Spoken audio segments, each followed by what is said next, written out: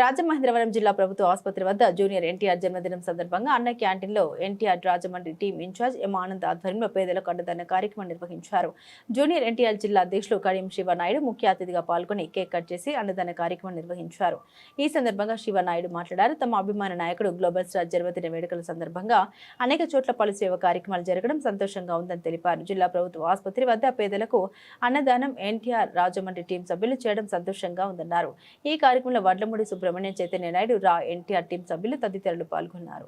తారక రామారావు గారి 43వ పుట్టినరోజు సందర్భంగా అభిమానులందరూ భారీగా పండగ చేసుకుంటున్నాము. ఈ పండగ మళ్ళీ మాకు 2027లో సినిమా వచ్చినప్పుడే మళ్ళీ పండగ మాకు.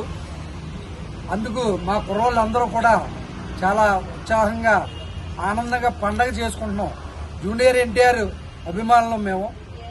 ఆయన ఆశీస్సులు మాకు ఉండాలని, ఆయన 10 కాలాలు బాగుండాలని మేము కోరుకుంటున్నాం. ఈరోజు ఎక్కడెక్కడ ఏ కార్యక్రమాలు చేశారు? ఈరోజు థియేటర్లో సినిమా రిలీజ్ అయింది ఊసలు వెళ్ళి.